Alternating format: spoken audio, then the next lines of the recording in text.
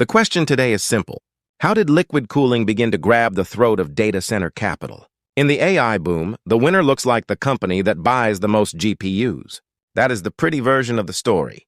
The uglier version lives inside the facility. Servers compute, computation creates heat, and heat eventually tells the most expensive hardware in the room to slow down or shut up. For years, data centers survived by pushing cold air in and pulling hot air out. That worked when rack density stayed polite. AI racks are not polite anymore. A dense rack of accelerators is less like office equipment and more like a small factory, folded into a metal cabinet. Air is cheap, but it does not carry much heat. Push the fans harder, and you buy more electricity, more noise, more wasted space, and more mechanical stress. Liquid cooling changes the negotiation. Water or engineered coolant can move heat far more effectively, especially when it reaches close to the chip. Through cold plates or controlled loops. That is where the money starts to smell something interesting. Capital does not worship technology. Capital worships removed bottlenecks. The stage may applaud model names and benchmark charts, but the silent money walks toward pumps, manifolds, heat exchangers, and operators who can keep dense AI clusters alive. So liquid cooling is not just an efficiency trick. It is becoming the admission ticket for the next generation of AI data centers. The crown may not sit on the chip.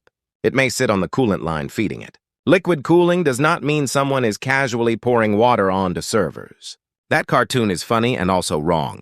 Modern liquid cooling is a carefully engineered package of cold plates, manifolds, coolant distribution units, heat exchangers, sensors, valves, service procedures, and compatibility rules. The most common story begins with direct-to-chip cooling. A cold plate sits close to the processor or accelerator, captures heat, and transfers it into a controlled fluid loop. That warm fluid moves through manifolds into a coolant distribution unit, then passes through heat exchange before returning to the rack. Rear door heat exchangers can act as a bridge, catching heat behind the rack without redesigning every server at once. Immersion cooling goes further, by placing equipment or selected components into dielectric fluid. It sounds futuristic, but the real battle is not the brochure. The real battle is operations. Who handles leaks? How quickly can a failed component be replaced? Does the server vendor support the cooling design?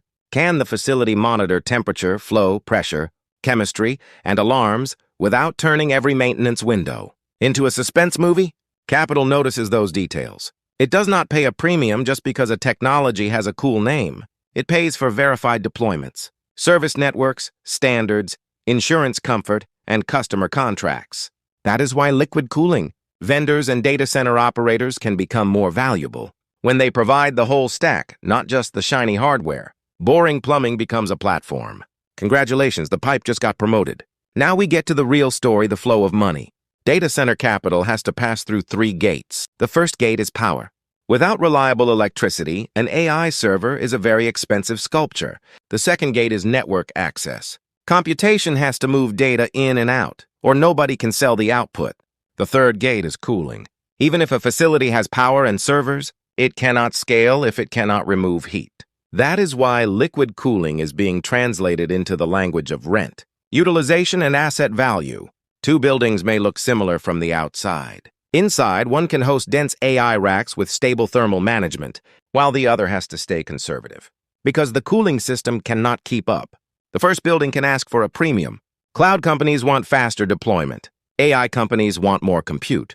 Infrastructure investors want longer contracts, higher occupancy, and fewer ugly surprises. Cooling design sits exactly where those desires collide. The catch is that cooling does not create value alone.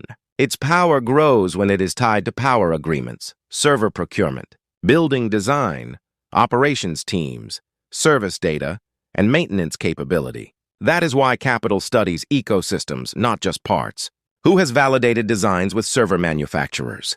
Who has deployments across multiple sites? Who can prove lower downtime and safer maintenance? The liquid is not the product. The controlled flow of heat is the product. Remove the heat and the empty space fills with rent. Of course, not every liquid cooling story is a fairy tale with a blue glow. When the market discovers a new bottleneck, it also discovers a new way to inflate a bubble. Saying that cooling matters is not the same as saying every cooling-related asset is a good investment. Retrofits are especially difficult.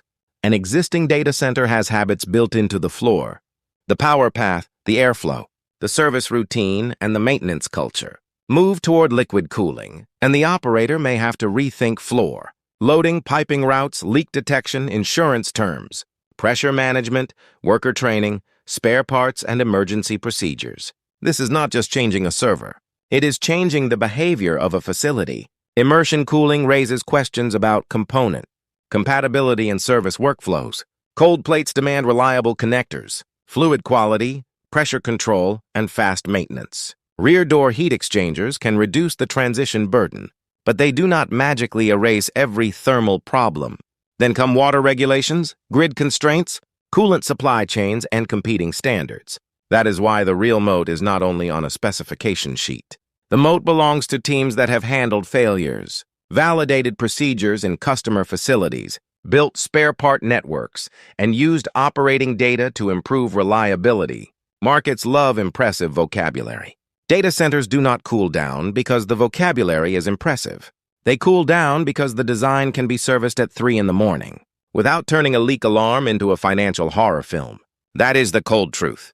So how should we think about this theme? First, separate technological importance from investment returns. Liquid cooling can become more important, without making every related company a winner.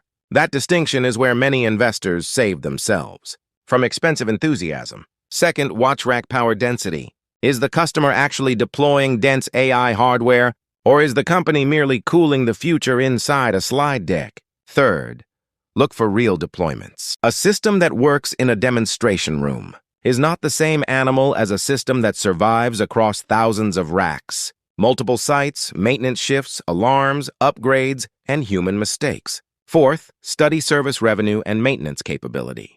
Cooling earns trust after installation, not before it. The money is in uptime, support, monitoring, replacement parts, and operational knowledge. Fifth, check customer concentration and standards risk. If revenue depends on 1 or 2 customers, or if the product depends too heavily on one design standard, the future may look large while bargaining power remains small. The conclusion is simple. AI capital no longer follows chips alone. It follows power, land, network access, and now cooling capacity. Whoever controls heat can switch on more compute. More compute can support stronger leases, better utilization, and deeper customer relationships. But this is not investment advice. No return is guaranteed. And every decision should be checked against public filings, technical evidence, valuation, and personal risk tolerance. Remember the irony.